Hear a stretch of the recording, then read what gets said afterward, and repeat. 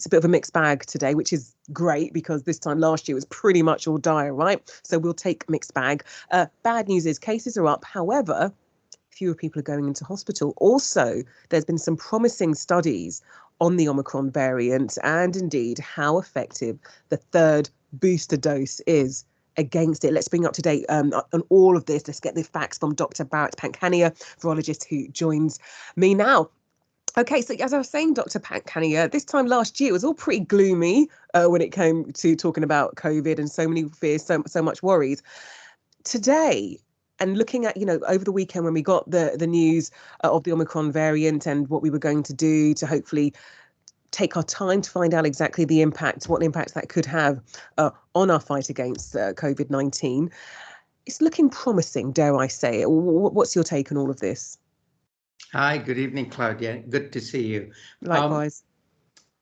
We've got to be cautious.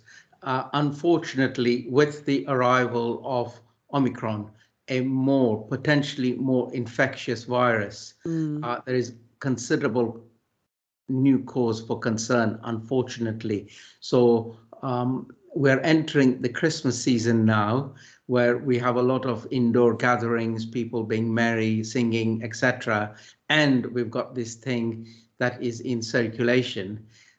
We've got to be very cautious. There are concerns about this virus. Where does this concern stem from? Because I've been reading about its transmissibility. It is high. What's going on in South Africa is just overtaken the Delta variant. However, when it comes to the dangers in terms of health, in terms of the likelihood of going into hospital, what's that like? From my understanding, from what I've been reading, there's no greater risk in terms of the damage to our health, or am I incorrect in that? At the moment, you're incorrect, because at the moment, the answer is we don't know. And we mustn't be complacent and compare the South African experience with a UK experience, because the South African experience is different. They are younger people, largely unimmunized, and a different environment. And in the UK, we have an older population, fully immunized. And so we don't know. We just don't know how it will behave. Then why is the World Health Organization saying, actually, UK, hold up on that booster jab right now when it comes to dealing with Omicron? Why would the World Health Organization say that if there potentially is a potential risk?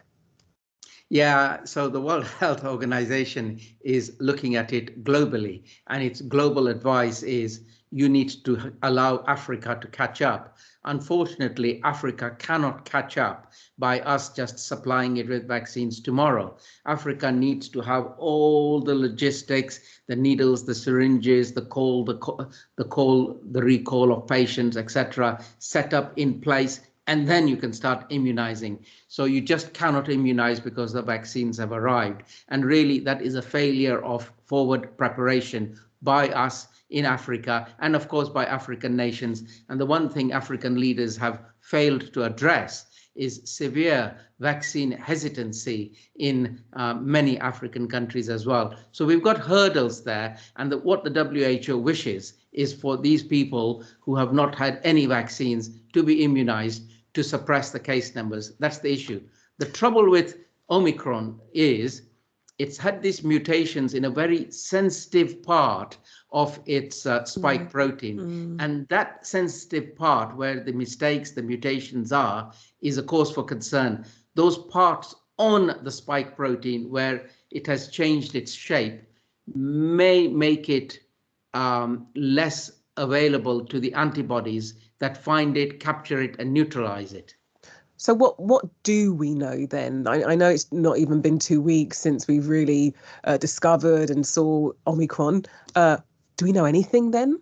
Yeah, so there is little bits of information sort of coming out, and that's not because people are holding it back. It's just that the experiments are ongoing. Remember, we've got to take the virus, culture it in large numbers, and then do the experiments. So that takes time.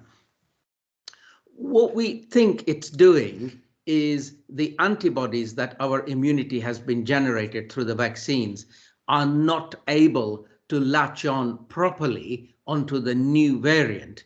And if they can't latch onto it properly, then the virus has a free run of being able to infect you and cause disease and the rest.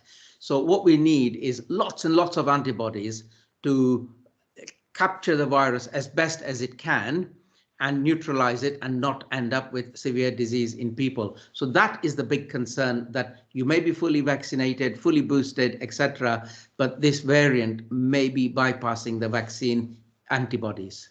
So what do we know then about the effectiveness of the booster jab? I understand there has been one study which was looking positive. Or am I wrong in that as well? Because I'm seeing like I'm wrong I've been wrong all night in all of this, Dr. Pankania. No, you're right. So yay, got there. What we do know about the boosters is as follows. I want you to imagine, say you had an armed force of 100 people trying to tackle 20 very well protected viruses, okay? And then what the booster does is it gives you 1,000 more personnel to attack this sample of new variants. And because you've got many more quantities of antibodies, you can hopefully capture the viruses, subdue them, and eliminate them. So what I'm saying in a roundabout way is we need a lot more antibodies. How do you get a lot more antibodies? Booster doses. And booster doses also give a perk up, a priming to the T cells, which also work. We don't really fully understand exactly how they work, but it gives them the boost to also go into operation against the viruses. So that's what we're doing with boosters, and it works. Okay, so how are you feeling about Boris Johnson? Christmas parties can continue.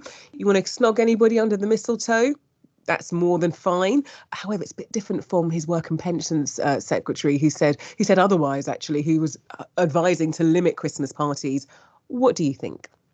Well, as an infectious disease doctor, my advice would be caution, caution, caution. We've got the Delta variant in circulation. Case numbers are still, stabilized. They're not dropping. So we need to be careful. And if you want a good Christmas, this is the plan, and it's not a secret plan. It is the plan. What you do is 2 weeks leading up to Christmas period, when you're going to meet up with your families, you reduce your circulation amongst crowds, parties, etc., so you don't become the exposed one. And then come the day when the whole family is meeting up, you do a final check with a lateral flow device, make sure no one is infected, and then you meet up. And that's a good way to plan. So we have to limit what we do. If we're going to do one thing, then maybe not do something else in preparation of making sure that we do whatever it is we want to do as safely as possible. Yes, indeed. Is this, I guess, would this be the advice also leading up to Christmas Day? What do you think we should be doing then? Because Dr. Pankania, last Christmas, I just in, post-war period, it's probably the worst on record. Do you know what I mean? Yeah. So look, I've said this to all our listeners. You want to have a good Christmas Day, prepare for it 2 weeks in advance. Simple. So 2 weeks prior to Christmas Day, you're meeting up with friends, family, loved ones, etc. Then do your homework. Reduce your potential to be exposed to a virus that could make you infectious on Christmas Day or thereabouts. Wear your mask. It's going to be so hard. This is that we're in preparation of meeting the loved ones. We need to go out there and buy the presents. We're going out there and buy the presents. That means we're going on a busy high street. What about meeting? Claudia, I have a suggestion about presents. I really, you've got me in the right place today. So a long time ago, we used to run around, doing a lot of shopping. One day we had a brainwave. We sent a message like this: for your Christmas present, we have donated money to have 10 trees to be planted in your name. Please do the same for us. We don't want any presents. I tell you, in one fell swoop, all that shopping stress evaporated. I recommend it. Here we go. So basically you're, helping the planet, or maybe giving money to charity, and you're reducing the risk of the spread of Omicron. All good stuff. Dr. Pankania, always good talking to you. Thank you so much. You are listening to Claudia, Liza on Talk Radio. Going to be taking your calls and reading